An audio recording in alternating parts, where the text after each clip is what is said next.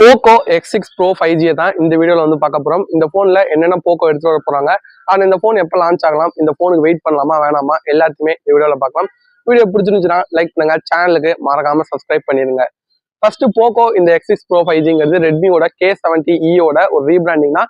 Redmi K70E வந்து இந்தியாவில் launch ஆகாது, சைனால லான்ச் ஆகும்.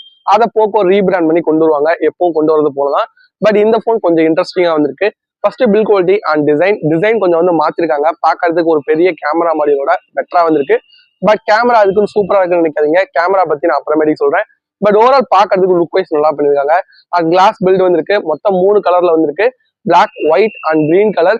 பட் மூணுமே பாக்குறதுக்கு கொஞ்சம் ஒரு நல்ல ஒரு கிளாஸி பினிஷா தான் வந்து கொடுத்துருக்காங்க. ஃபிங்கர் பிரிண்ட் நல்லாவே பிக்கப் பண்ணுன்னு சொல்லலாம்.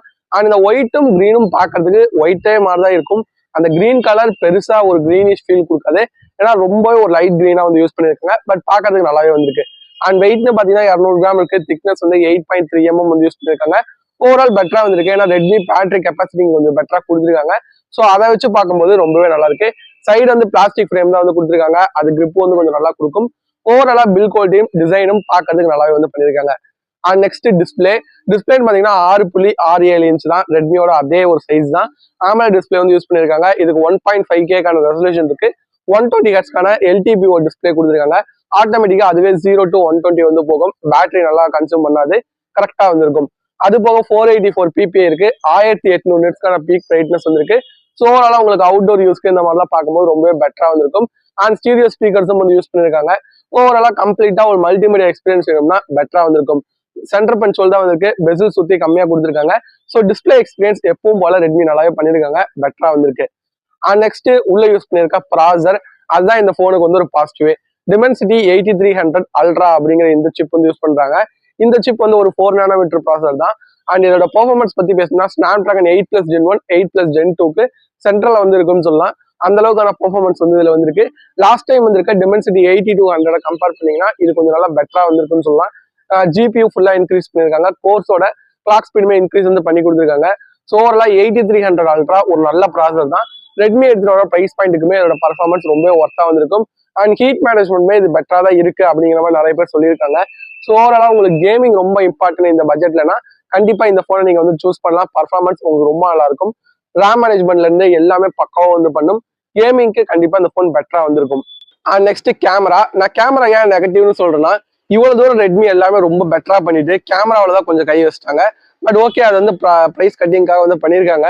கேமரான்னு பார்க்கும்போது பிரைமரி 64 மெகா பிக்சல் OIS இருக்கு, f1.7 அப்பேச்சர் இருக்கு. இது வந்து என்ன லென்ஸுங்கிறது அவங்க வந்து சொல்ல. 2வது 8 மெகா பிக்சல் அல்ட்ரா வைடு, 3வது 2 mega pixel macro, selfie camera 16 mega pixel. இது வந்து ரொம்ப ஒரு மோசமான கேமரா அப்படின்னு சொல்ல மாட்டேன். பட் மற்ற இதை கம்பேர் பண்ணும்போது இது வந்து ஒரு ஆவரேஜ் தான். அண்ட் மேக்ஸிமம் 4K 30 தான் ரியர்ல வந்து ரெக்கார்ட் பண்ணிக்க முடியும். செல்ஃபி 1080p 60 தான் ரெக்கார்ட் பண்ணிக்க முடியும். ஓவராலா கேமரா ஓரளவுக்கு நல்லா இருக்கு, பட் ரொம்ப பெஸ்ட்லாம் சொல்ல முடியாது. கேமரா ஃபீச்சர்ஸும் பெருசா எதிர்பார்க்காதீங்க, அதுவுமே நார்மலா தான் வந்திருக்கும். அண்ட் நெக்ஸ்ட் பேட்டரின்னு பாத்தீங்கன்னா 5500 mAh பேட்டரி வந்திருக்கு.